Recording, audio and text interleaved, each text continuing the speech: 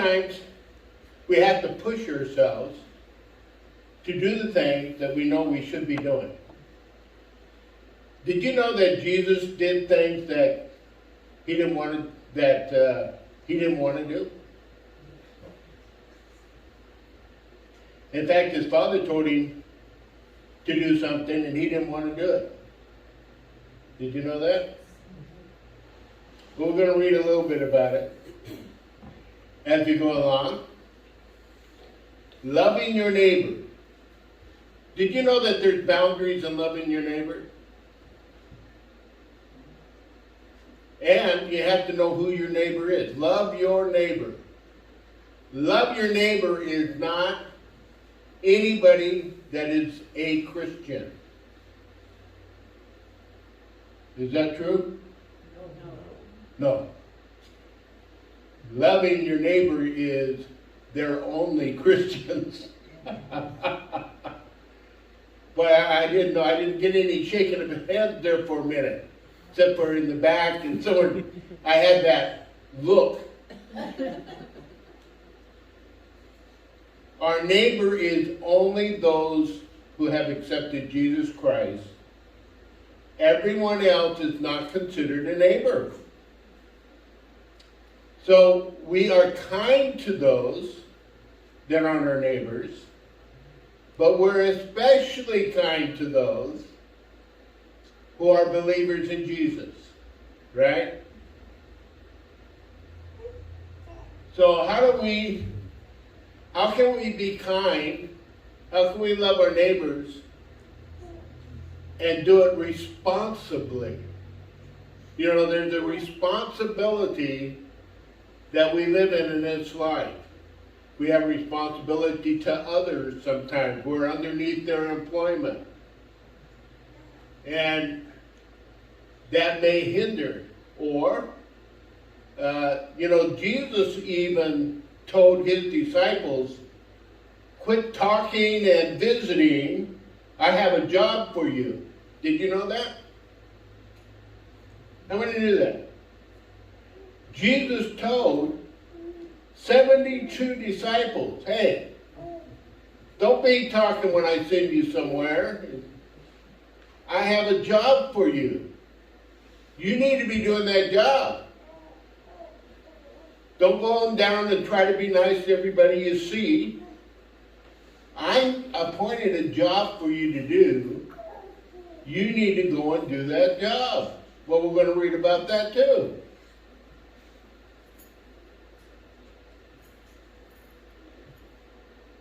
Matthew 22:35. Then one of them, which was a lawyer, asked him a question, tempting him and saying, Master, which is a great commandment in the law? Well, there's only one great commandment.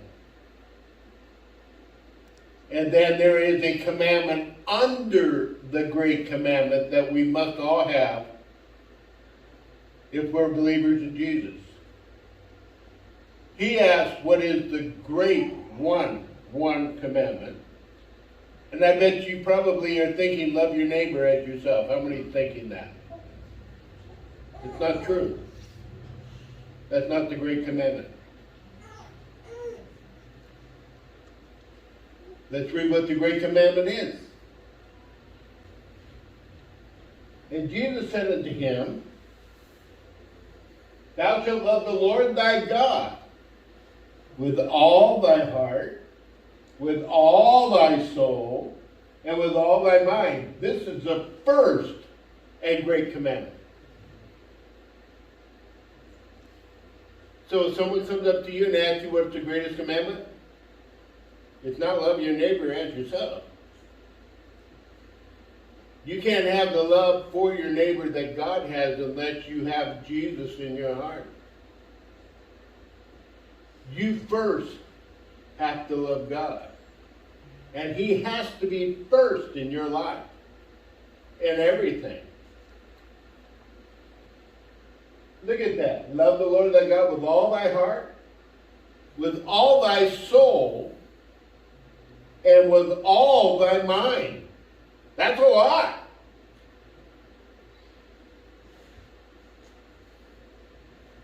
And the second is, like unto it, thou shalt love thy neighbor as thyself.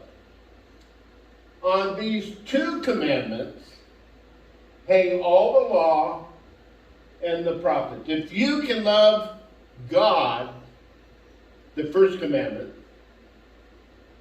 the way he says to love God, and then love your neighbor, which is all those that believe in Jesus, in such a way that everyone, that you love your neighbor believers in Jesus just as Jesus loved you. Wow. Then the world will see that you are Jesus' disciples. Right?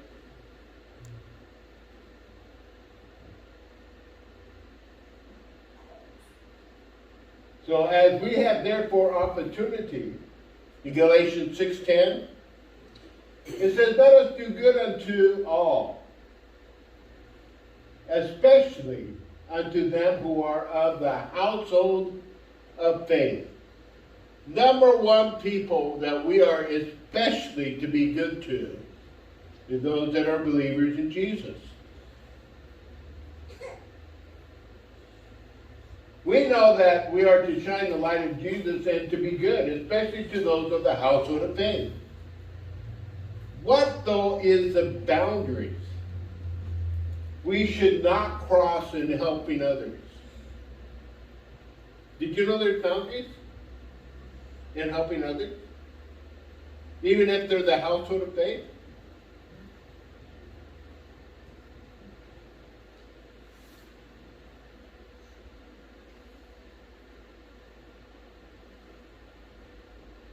When you have a responsibility to others, and you are not doing the responsibility you promised to help someone else, you cross the boundary of loving your neighbor. Because now it's not love anymore, it's self.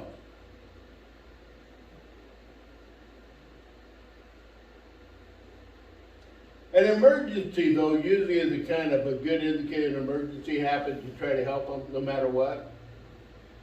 Did you know that you can spend too much time, though, at an emergency?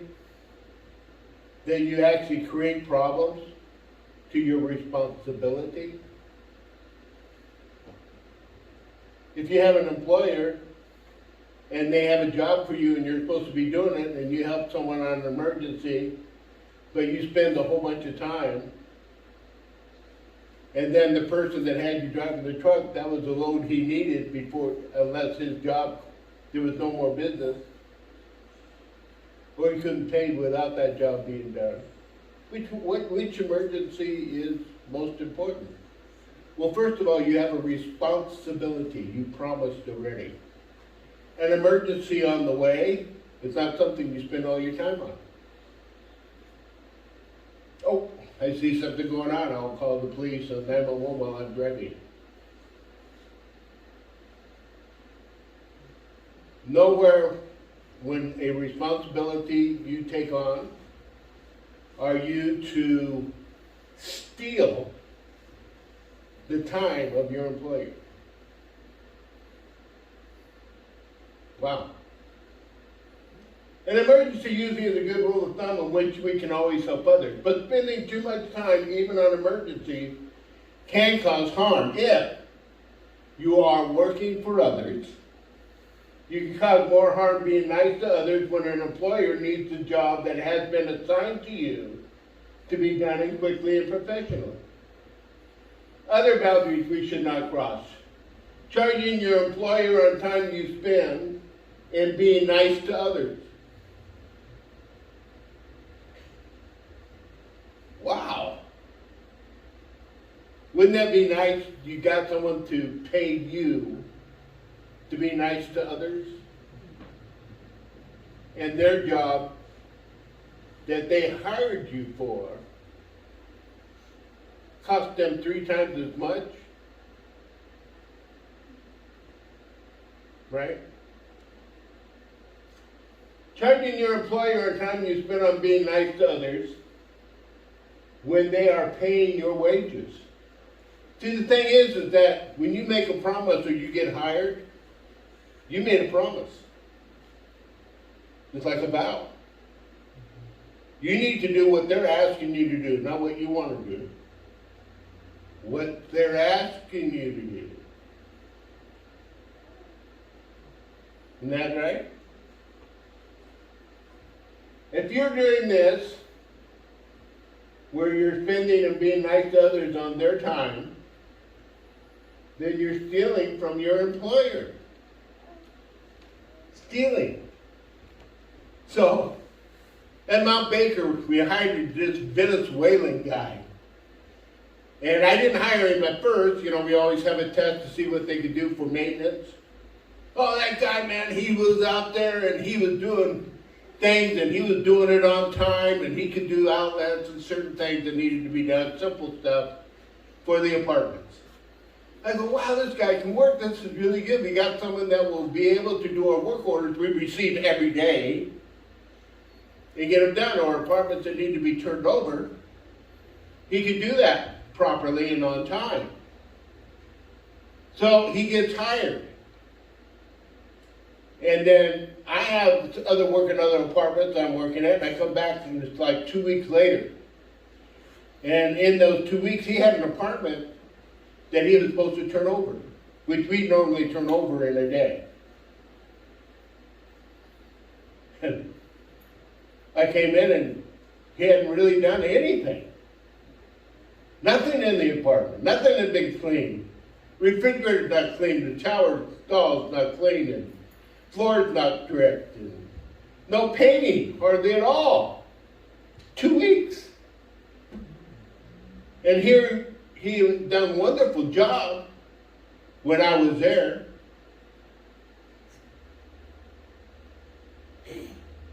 He thought he had it made, taking his time and enjoying. He's hired like he can't get fired. Well, he was fired. Got someone new, right? The thing is that people sometimes take advantage. They pretend like they're really good and they can work, and then when they think they're in, they don't put forth the effort anymore. Well, this guy thought, I don't know what's up. I guess Venezuela, they must do that over there. But not at my place. Another boundary we should not cross. Wanting people to like you. So, Lou was famous for that at Mount Baker. When he was working there for me, he would run and help other people. Half the time he was there, supposed to be doing my jobs, but he was out trying to help other people all the time. Carry their groceries and all kinds of stuff that was not a job. And he didn't work there that long. You can't spend someone else's money to make yourself look good when it doesn't help the employer at all.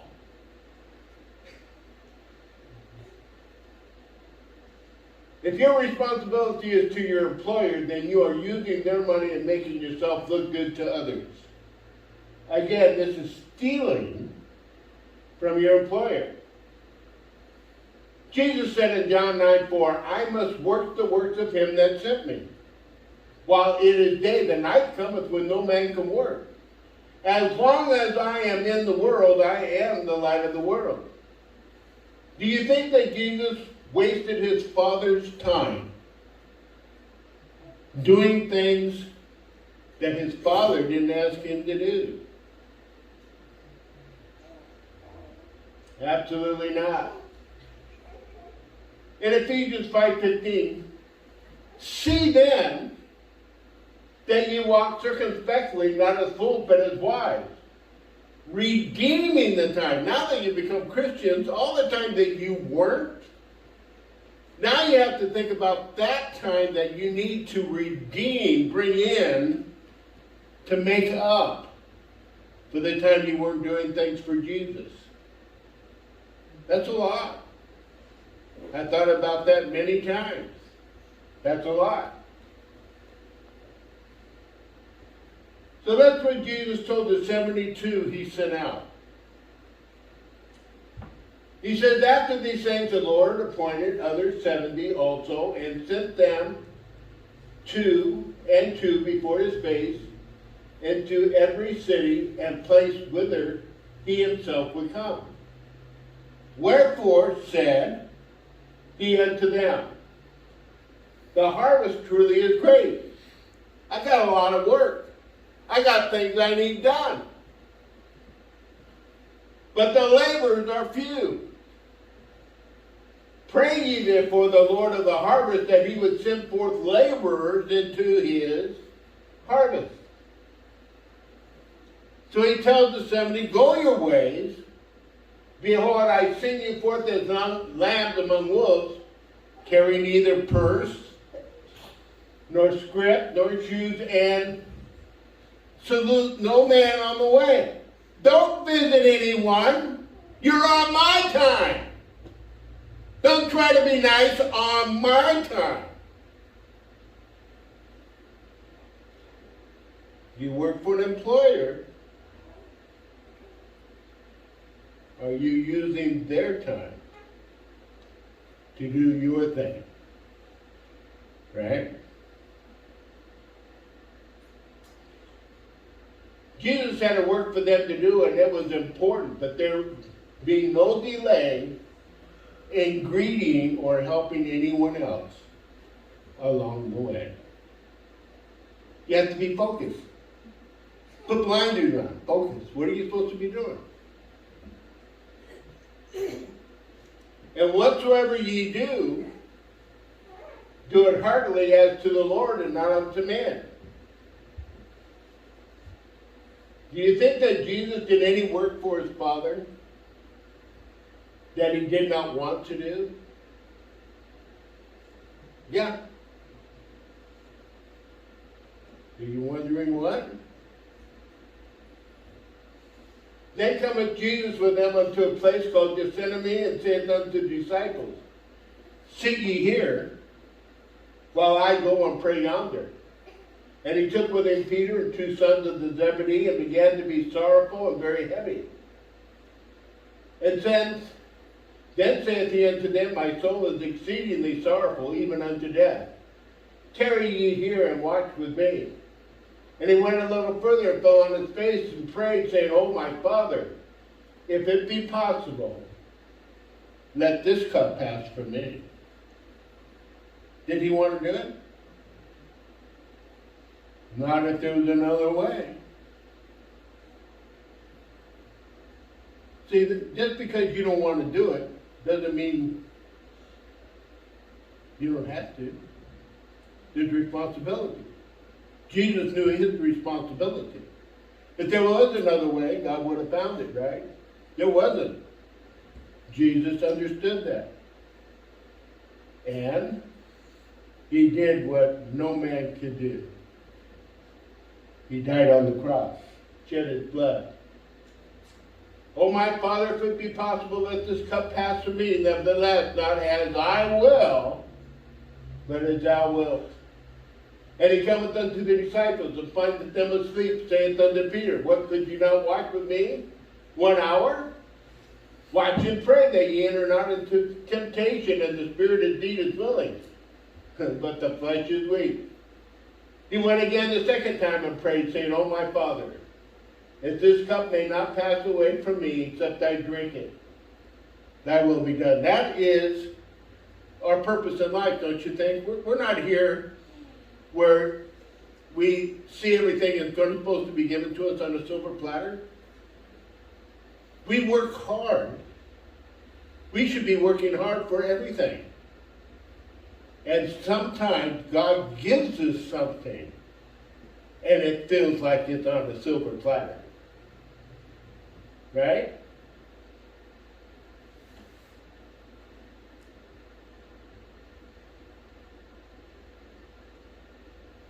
In our lifetime on earth, there's going to be things we will need to do even though we don't want to. our life on earth was not promised to be on a silver platter, but Jesus said this, these things I have spoken unto you, that in me, in Jesus, you might have peace. In the world ye shall have tribulation. But be of good cheer, I have overcome the world. Tribulation is going to come your way. That's promise.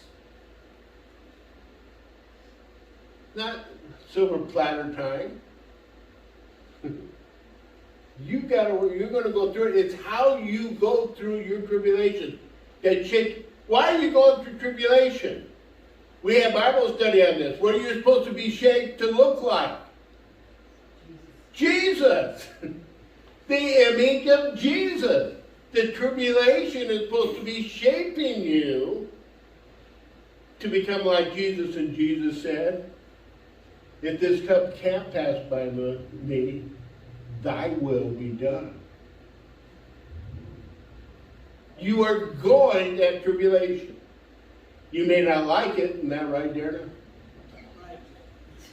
That car, do you just feel like taking a hammer to it or to the dealership? To the dealership. But I didn't. She took a sledgehammer instead. No. Tribulation cometh to everyone. It's how we go through it. How we shine the light of Jesus. That shapes us to be the image of Jesus. That's what we're supposed to be shaped, looking like. That's what God wants us to be as a bride.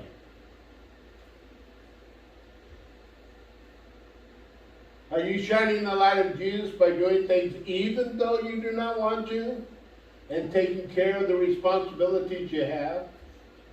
Every trial helps us to grow into the image of God's only begotten Son, Jesus. So you probably wished I stayed sick. But you know what? I'm here. And you are hearing the Word of God. Isn't that great? Yes. And God really does want us to be in the image of Him.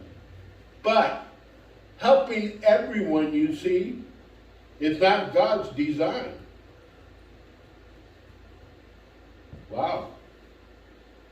I want you to remember that. There's things that you have a responsibility to that you have to make sure you're taken care of first.